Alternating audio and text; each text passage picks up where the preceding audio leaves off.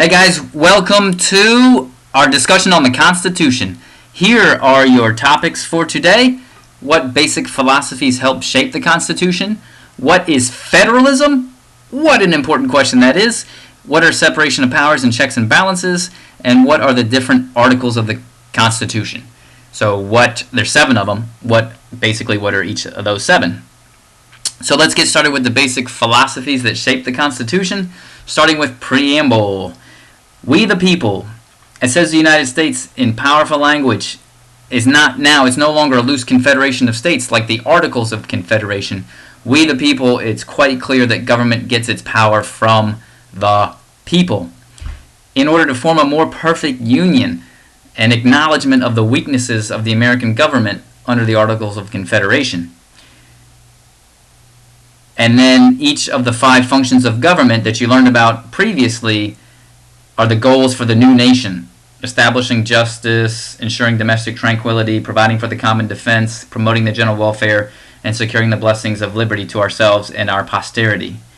So, what were the philosophical influences behind the Constitution? A lot of the influence came from Montesquieu, who drew many of his ideals from Aristotle.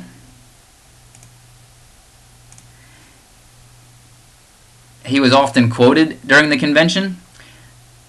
Montesquieu advocated distinct functions for each branch of government with checks and balances, and that brings us into what checks and balances and a separation of power are, which we'll get to in just a second. And John Locke's philosophy also played a role in developing the Constitution.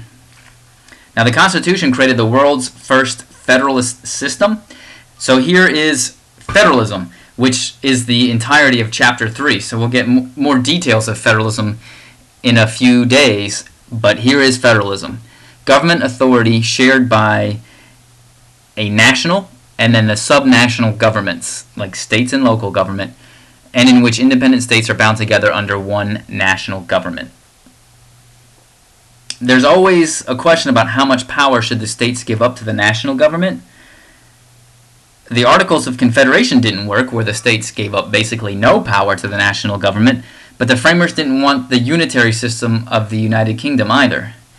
So the federal government gets its power from the people, not the states, as was the case under the Articles of Confederation. The idea is to check power with power. People would be doubly protected against tyranny under this system. The 10th Amendment makes sure that the powers not granted to the national government are reserved to the states and for the people, to further clarify that. So the separation of power, Madison says that ambition must be made to counteract ambition, to protect liberty by limiting government.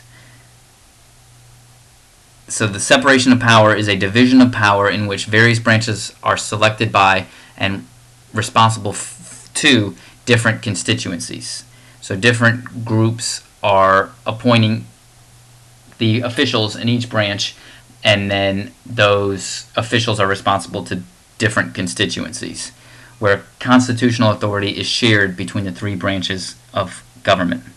And those 3 branches would be the legislative, the executive, and the judicial. 3 separately staffed branches of government to exercise their functions.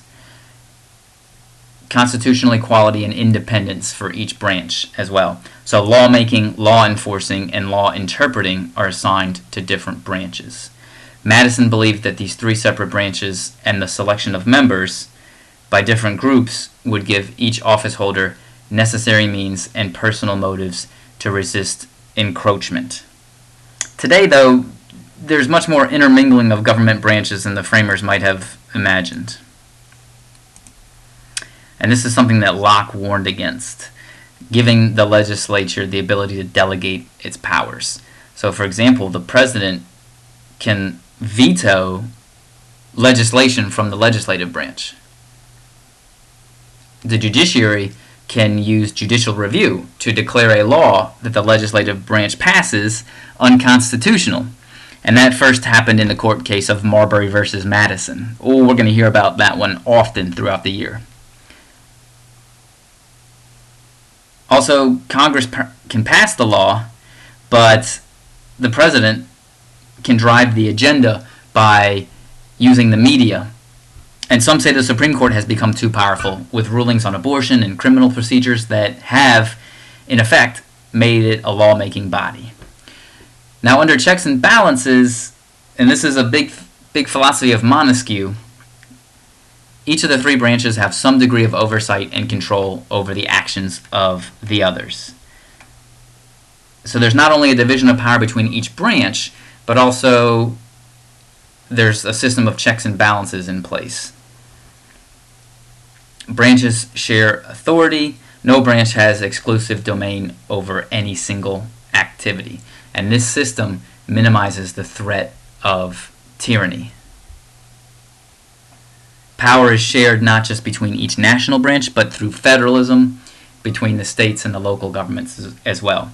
And that gives many different groups, many different levels, many different branches oversight.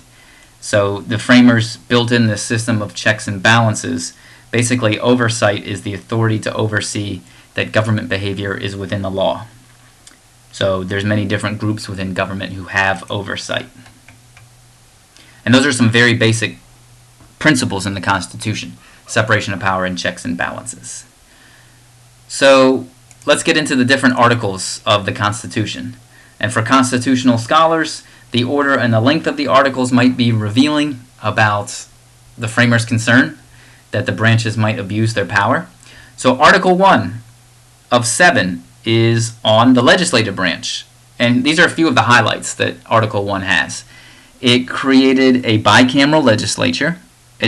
Article 1 sets out the qualifications, the terms of office, the method of selection, and the system of apportionment among the states for the House and the Senate.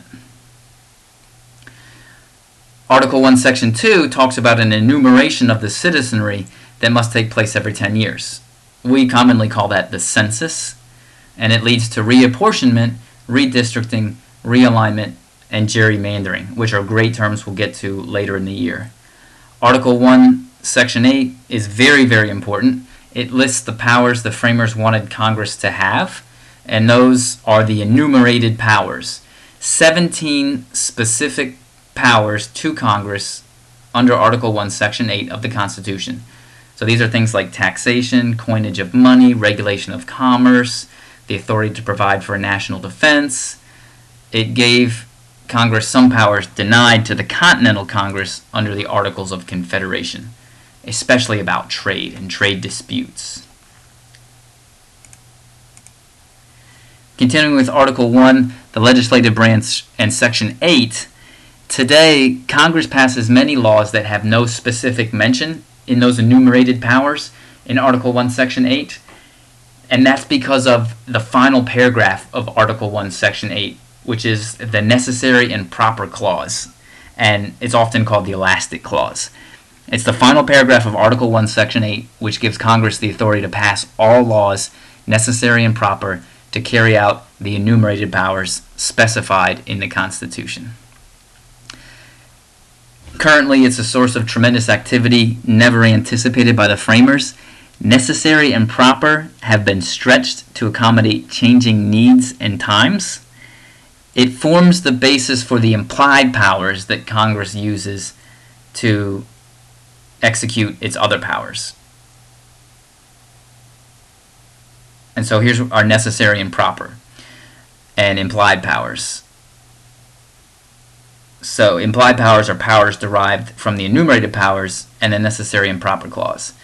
The powers are not stated specifically in the Constitution, but are considered to be reasonably implied through the exercise of delegated powers. Then we get into Article 2, the executive branch. It gives the executive the power to execute the laws of the nation.